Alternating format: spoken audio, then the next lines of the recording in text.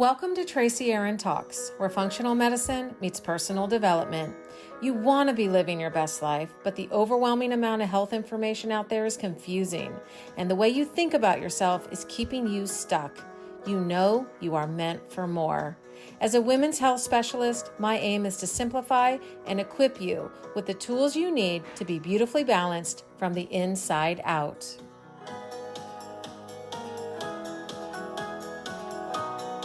Welcome back to Tracy Talks, where today I am talking about traveling, one of my very favorite things.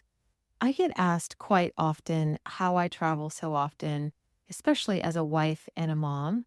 Things like, how do I manage being gone? How do I pack? How do I deal with guilt from being away from my kids? All kinds of things like that. So I thought it would be fun to just have this conversational episode with you where I try to answer some of those common questions that I get on a regular basis.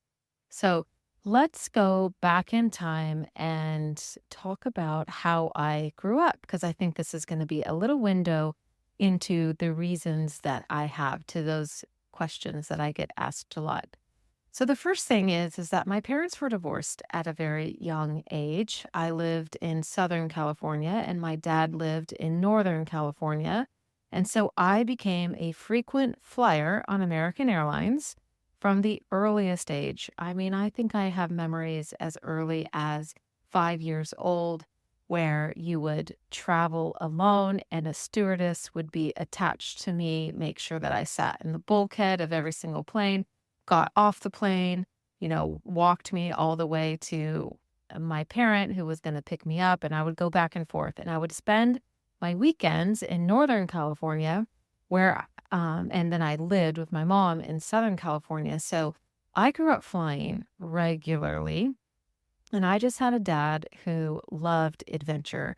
For his job, he worked in the North Slope in the very northern part of Alaska and worked on oil rigs. Well, he didn't just work in Alaska. He'd also worked on the northern slope in parts of Europe, and specifically like Norway and the northernmost parts of the United Kingdom.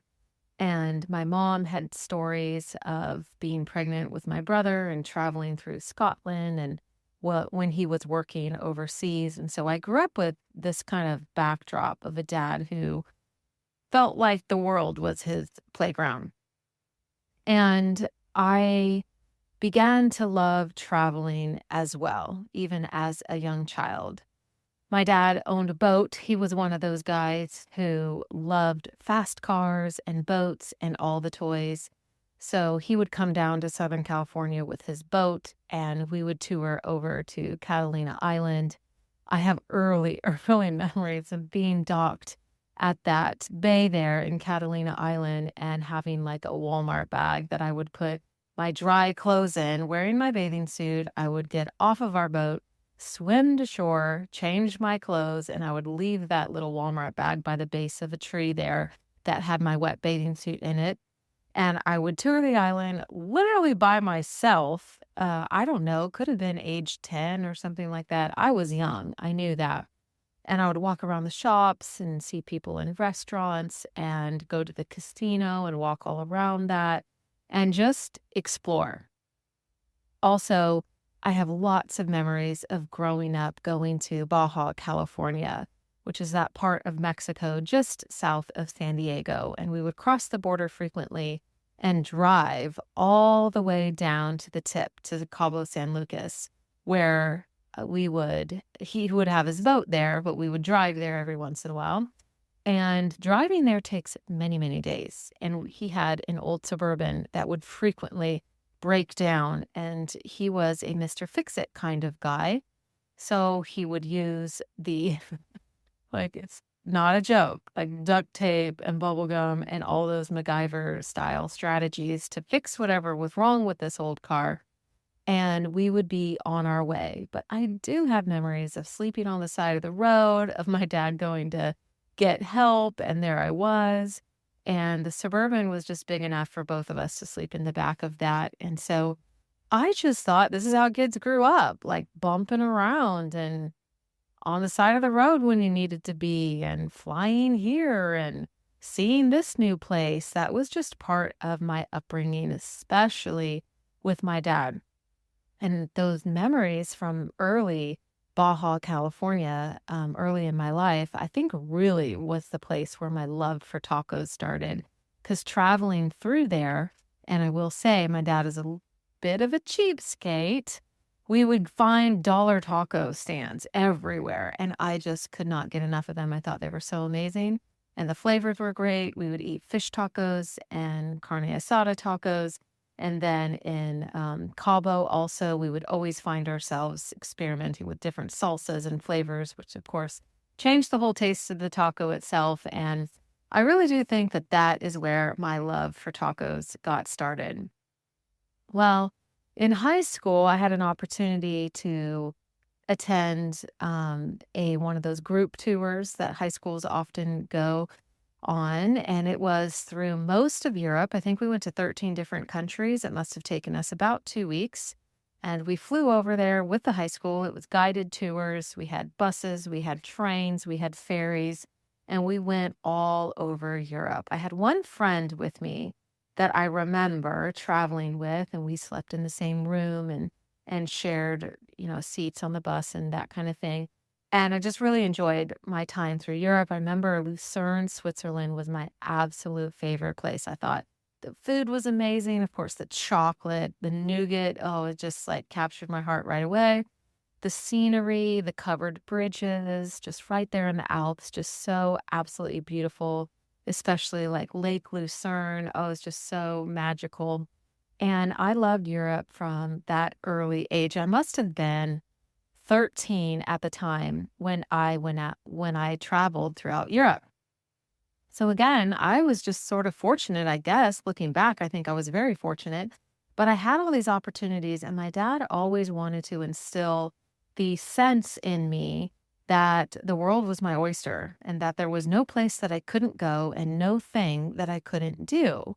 So traveling just became like a no-brainer. Like, why wouldn't I go and see this other place or experience this other culture or taste this food or, um, see these local sites? And so that was always in the back of my heart as something that was like a passion for mine that grew from the earliest age.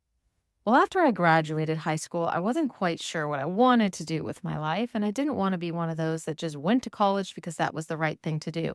So I took a year off and I moved to Nepal and India. And I traveled throughout there again with a small group. I was not on my own, but I saw the Himalayas up close. I saw Mount Everest. I saw the beautiful cultures of Nepal and India and ate with my fingers and hiked through the mountains and experienced the monsoon season and loved that adventure. It was so much fun.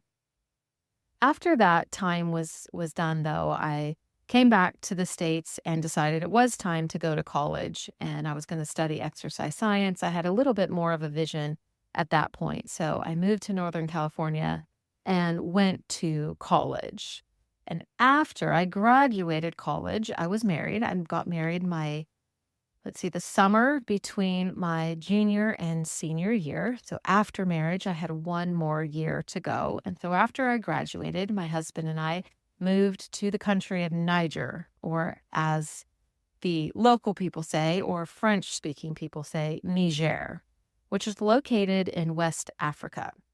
It is a landlocked country. It's south of Algeria, north of Nigeria, and it's just completely smack dab. Two-thirds of it is the Sahara Desert, and then you do get some savanna region, and then you get a little bit of grasslands in there too. And so we moved there for 2 to 2.5 years, and that was the adventure of a lifetime.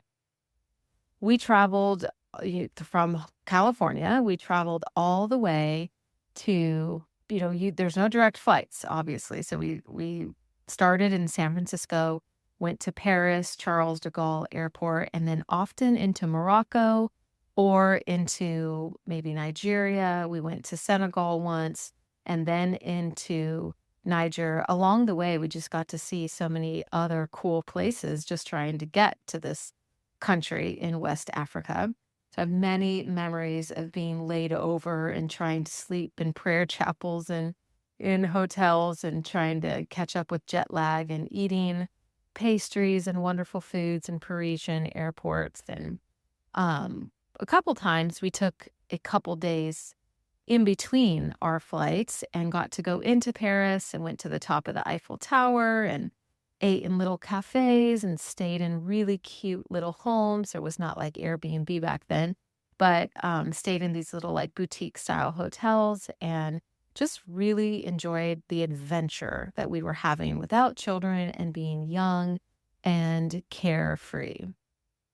Well, after spending 2.5 years there in Niger, and actually, let me just segue into saying that during this time, we got 3 weeks of vacation to do anything with, to go anywhere.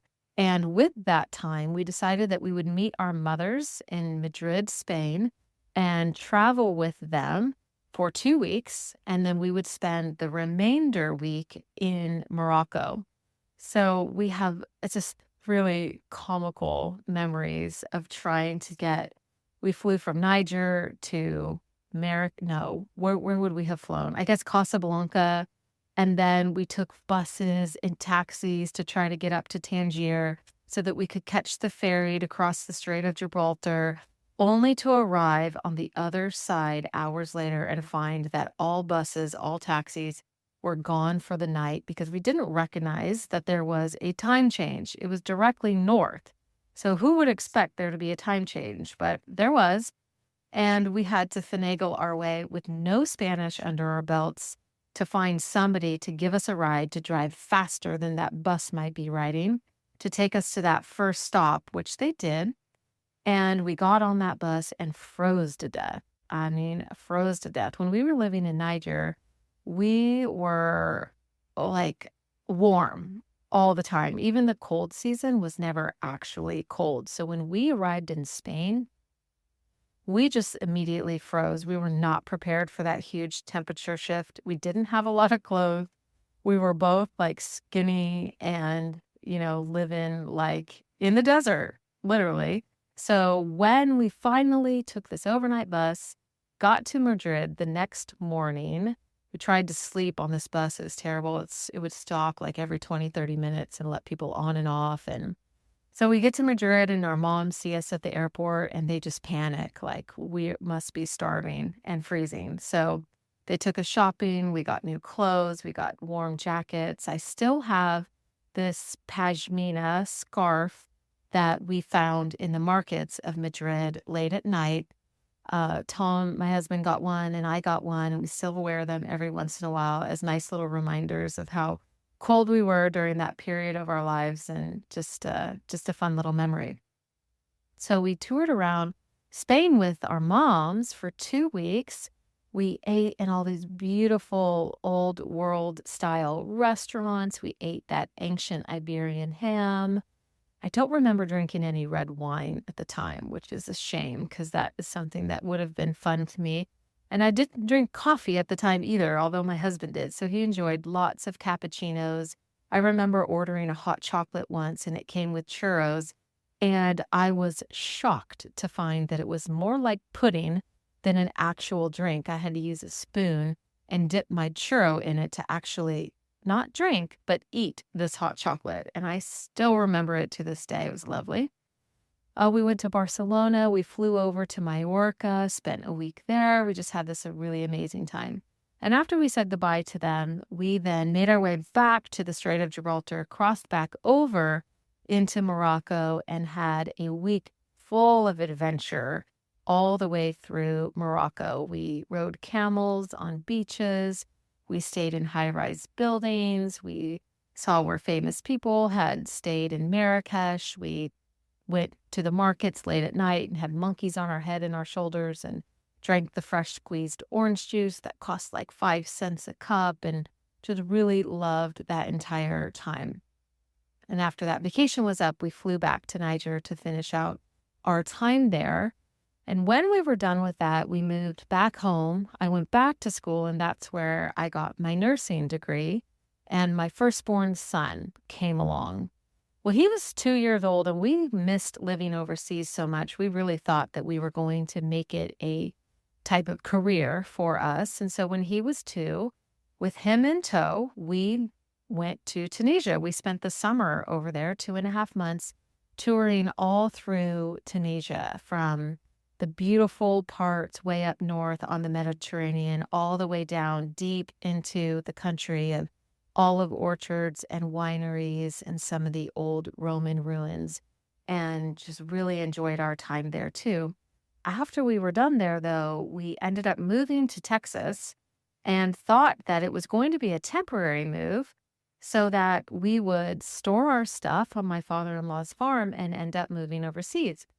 Well, plans completely changed, and we never quite made it back overseas again. And babies started to come, and jobs started to take shape. And here we are finding ourselves in Middle Tennessee, and it's been a long time since we've been overseas. However, I think the day that this podcast released, and if you're listening to it on the day that it released in 2024, I will currently be flying on an airplane from New York to Madrid, Spain, as we speak. So I cannot believe it. I am beside myself with excitement, and I will be taking a trip to a wellness retreat on the Balearic island of Ibiza, and I will be gone a total of 12 days, and I just absolutely cannot wait. Well, let me come back to that, but so you might just hit me while you might be listening to this while I am in the air. But in the meantime, my husband and I have always still liked to travel, to be adventurous. For Mother's Day, my gift of choice is not a fancy hotel or a fancy trip. It's camping in tents on the beach, you know? So we still like to be adventurous and rugged and raise our children in that capacity. We have done road trips. We've traveled back to California regularly to see family, and we've done little tiny trips here and there. But this one to Spain that I will be going on in 2 days is probably one of the bigger trips that we have done, or if not, the biggest trip that we have done since our summer in Tunisia. And I literally cannot wait. So to get to some of the questions, people always want to know, like, how do you make this work? You have 5 kids at home, you homeschool, you have this business. How in the world do you travel, and are you gone like this? Well, here's the short answer. The short answer is that I have an excellent husband. End of story, period. I could finish right there. It's true. He's amazing. You see those memes about dads who babysit their kids. He's not a babysitter. He's an active, involved father of the kids. And I know those memes are like making fun of the idea that like dads aren't really that involved. Well, my husband is opposite of that and completely involved. And so when I go out of town for a health conference now, he knows the swim schedule. He knows the general dinner plan. He knows where to find things. I mean, not to say that he doesn't miss me and that I'm not missed in the home, but he can manage the home quite nicely on his own, which is an absolute biggest blessing for me. Another short answer, quick blessing, is that my kids are well behaved and well trained. Like, they know their chores, they know their roles in the family, they know how they fit in, they know how to keep going with the responsibilities of the home. So when I come home, I don't come home to like a disaster. I don't come home to a whole bunch of laundry or a whole bunch of dishes or a whole bunch of, I can't believe you were gone so long. We needed you so desperately. So I feel very, very blessed to be in this position with an amazing husband and father and all of these really well-trained kids who kind of keep this tight ship that I run moving along and smooth sailing. So that's the short answer. How do I do it? I have a lot of support at home. But there's a couple practical things that would be fun to share with you. And these are some of the questions that I get. So let's get into some of the more practical parts. So Like, how do I think about packing and what do I bring on things? I, a year ago, decided to invest in luggage. And, I used to have the Samsonite set that we got from Costco, oh, more than a decade ago, and it's still going strong. There's nothing wrong with it. But I looked at my calendar last summer and realized that I would be taking about one trip a month until the end of the year. So that was about 5 or 6 trips that I was looking forward to. And I thought to myself, it's time that I invest in some nice luggage that I love traveling with, that I feel confident wheeling through the airport, that's easy for me and fits all of my things. So I ended up investing in some away luggage. And yes, it is totally worth the hype. I fell in love with it instantly and I got a routine with it. I can take a trip of 7 days comfortably in the bigger carry-on with the everyday bag on top. And so both of those come on planes with me, and I don't have to check anything, and I don't have to worry about anything getting lost. And most importantly, is I chose the color that's this beautiful salt white gloss, and I don't have to check it and get it all banged up underneath the airplane. So when I wheel it the entire time, it stays in my possession. I don't lose anything, and it stays in this beautiful condition. So I do love that aspect. I also invested in the components and accessories that go along with some of their luggage. Like I have the small toiletry bag. I have the packing cubes, which make everything just really, really nice. So when I open my suitcase, nothing falls out, nothing like bursts at the seams. I have all these really nice, organized, tightly fitting packing cubes, and it makes everything just beautiful and inspiring. And I feel good about everything that is inside my bags. So I try to bring just enough. I don't like excess, and I really love efficiency. So I'm the type of packer who thinks like this. If I need it and I don't have it, I can find it there. And I also think like it's only a week, I can live without it. So I don't try to bring everything in the kitchen sink on trips like that. I really just try to bring the things that I want and the things that I need. And that's how I go about deciding what goes in my suitcase. I just try to bring enough, but not more. And also, when you're in a new place and you're lugging around a whole bunch of luggage and you're in and out of Ubers and taxis and upstairs to Airbnbs and things like this, it's just annoying to have way too much stuff. And that irritates me. So I try to just have enough. Now, things that I wouldn't want to live without on a trip, I always travel with these things. I always travel with my essential oils. Particularly, I love the rollerball digestion because if I get any kind of stomach bug or any kind of like, ooh, that food doesn't sit right in my belly, I love to roll that on my belly and it takes away most of those kinds of pains almost instantly. I also travel with lime oil. If you have heard my episode on my love-hate relationship with essential oils, you'll know why I never leave home without lime oil. Absolutely love it. I also love to carry with me the Serenity oil for sleeping at night. It just puts me in a really beautiful deep sleep really easily and it smells heavenly. And I love to have that on my pillow as I drift off to sleep. Speaking of my pillow, I always travel with my silk pillowcase. That's something that I do not like to travel without. I always bring a bathing suit with me, no matter where I'm going. And even if I'm not going to be in a hotel with a swimsuit, you never really know. I am that type of adventurous person that's always looking for like a lake, a river, a waterfall, something just to get in and experience. So I love to have a bathing suit with me for unexpected moments like that. I have a little travel towel that I also really like. It folds up really, really small, like 3 inches long by 2 inches wide, and it's really easy to travel with. I love that. Another thing that I don't like to leave home without is Osea body oil. I don't know if you've ever used this, but I discovered this about a year ago and it makes my skin feel amazing. It's great after a day in the sun. It also smells heavenly. So it can double as a perfume before going out for dinner. I just love the feel of it. It's not oily, it's just perfectly silky and lovely. Um, I always travel with an extra bag, an extra empty duffel bag that I got from REI a long time ago that just goes in the bottom of my suitcase. And I only use it if I am getting too many souvenirs or buying too much when I'm away and I need to like check a bag to come home. That's the bag that I will check, not my carry on. So that is a strategy that I love to employ. And it gives me the confidence that I don't have to bring a big suitcase just in case.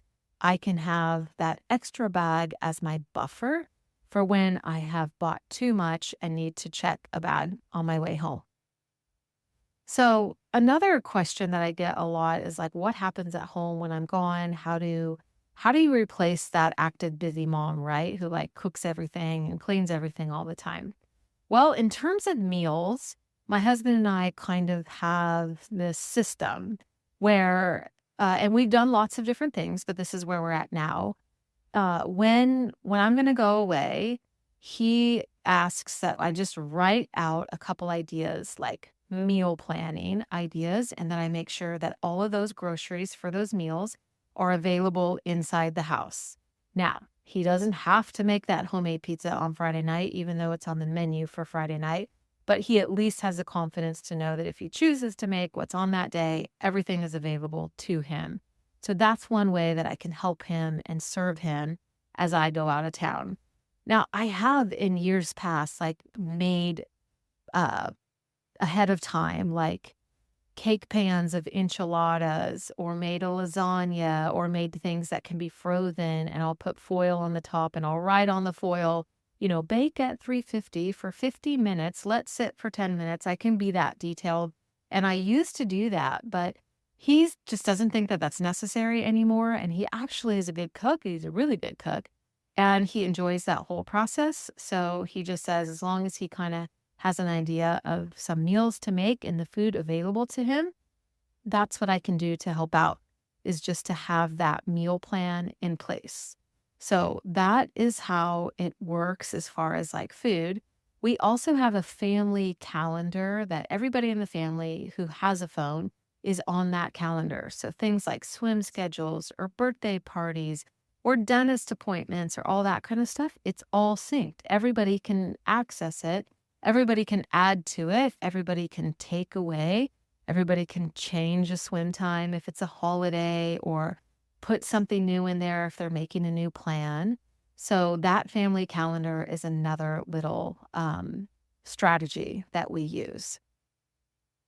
Well, some side benefits to traveling, obviously with my history of it all, I just learned something about myself is that I thrive on that kind of inspiration and excitement that comes from having a trip on the calendar or having something planned where I know I'm going to get to see something new. It's really, really exciting to me and it really gives me something to look forward to. So I love that. It like keeps me happy and motivated. And no, I don't need a trip to feel like that. But if I do have a trip, it definitely is exciting to me. Another side benefit of traveling is that it keeps me focused on my health and my proper weight.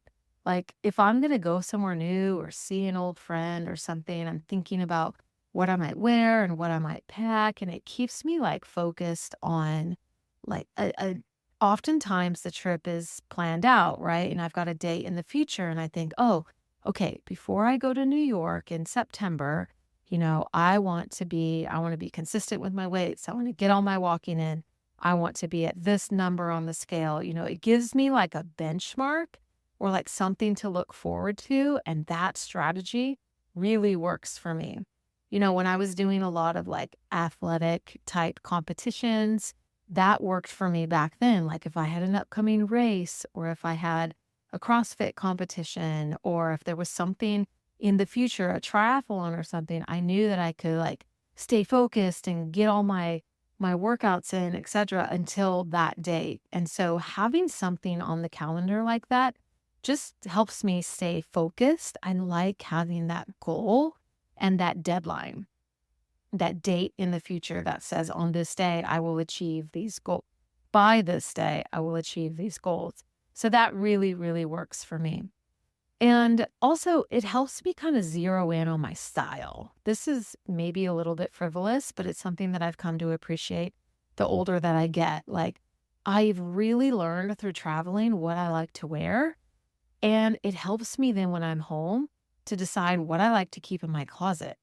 So, something that I can think is like, if I wouldn't take this on a trip, what do I have this for? When am I going to wear it? And unless it has like a specific purpose for something that I do at home, it really helps me to zero in on keeping my wardrobe like fairly narrowed down and to a specific style.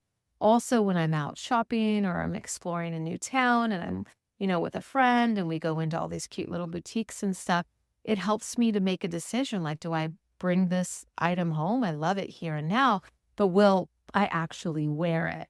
So it's just another little side benefit that I have noticed. Another one is like meeting new people and networking. This happens all the time when I travel for health conferences for my work. I love to meet new people. I love to network. I love to find out what people are doing, how they're doing it, the type of people that they help. I love to then stay in touch with them and to brainstorm with them and to bounce ideas off of each other. So it's just a really wonderful side benefit to get to go to dinner with new people and learn about new people. I get really excited in those types of situations. Now, I was in Dallas about 6 weeks ago for one of these health conferences that I go to every year. And there was a time where I really thought maybe I should just cancel that and do it virtually. I don't know if I really need to make the trip, but I ended up making the trip. And I'm so glad that I did because it was there, actually, the last day there, that this whole idea of me going to this wellness retreat in Ibiza, Spain came up. And I realized that I would not have this opportunity that I have today to go to this wellness retreat if I hadn't done this other thing.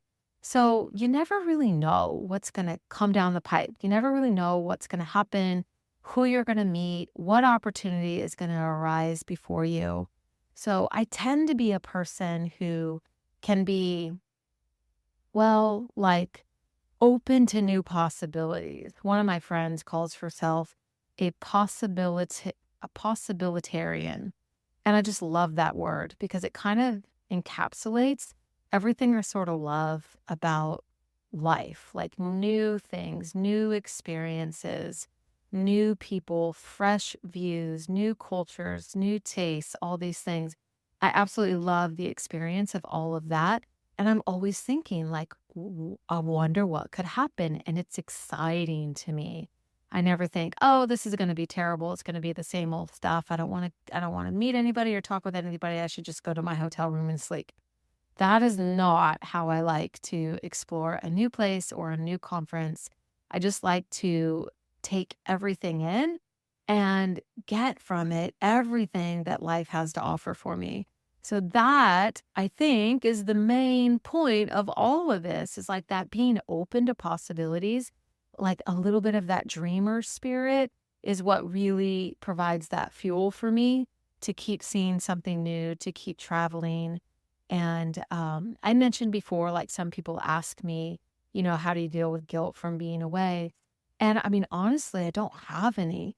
And I haven't spent a whole lot of time thinking deeply about it, but I don't feel bad about it. And I think one of the reasons why is because I've stayed home with my children and raised them. I've birthed them all at home. I've nursed them. I've educated them. I've brought them to everything in their lives. I've just been with them, just lockstep all along this way. So for me to take a week here, this trip to Spain is the longest time I'll ever be away. It's 12 days. But for me, even to take that time, it feels like of course I'm gonna miss them, but it feels like that, it's not that I deserve it. I don't think in terms like that. Like, "Oh, I paid my dues as a mom, now I get time away." I really don't think in those terms. I just think like my family's in a place where I can leave them and they don't fall apart. I can go on a trip for the weekend and they're actually happy for me. They're giving back to me in ways to say, we want to see you launch and succeed for your own personal goals and dreams. Like my entire identity is not simply wrapped up in being a mom. Most of it is, and I love it. I would never change my job. I absolutely think it's the best thing in the world. But there's more to me. There's more parts to me. There's more things that I do. And my husband is especially supportive of that, knowing how much I have sacrificed and given to the birthing and the raising of all of our children and in creating our family culture and in setting all of this up to be able then to take time out and just be. Sometimes it's by myself, and most of the times it's with others. But either way, it's just time for me to recharge my batteries, to think about myself as a individual and not necessarily just a part of this family unit.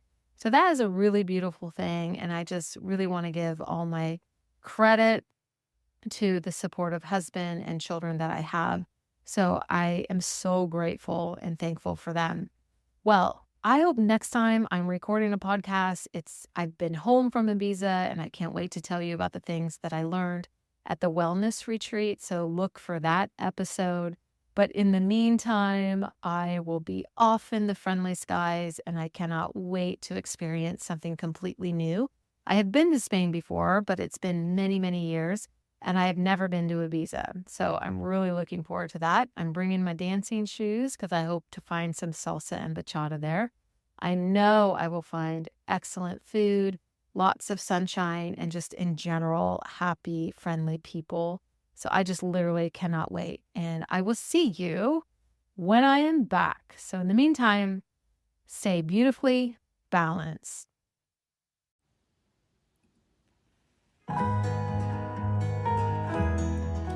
Thank you for joining me today on Tracy Aaron Talks. I hope you found today's episode enriching to your life.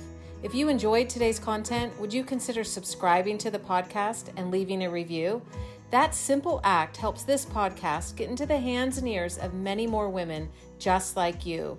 Remember, anything you want and do not yet have will require a new set of beliefs, thoughts, actions, and a new you.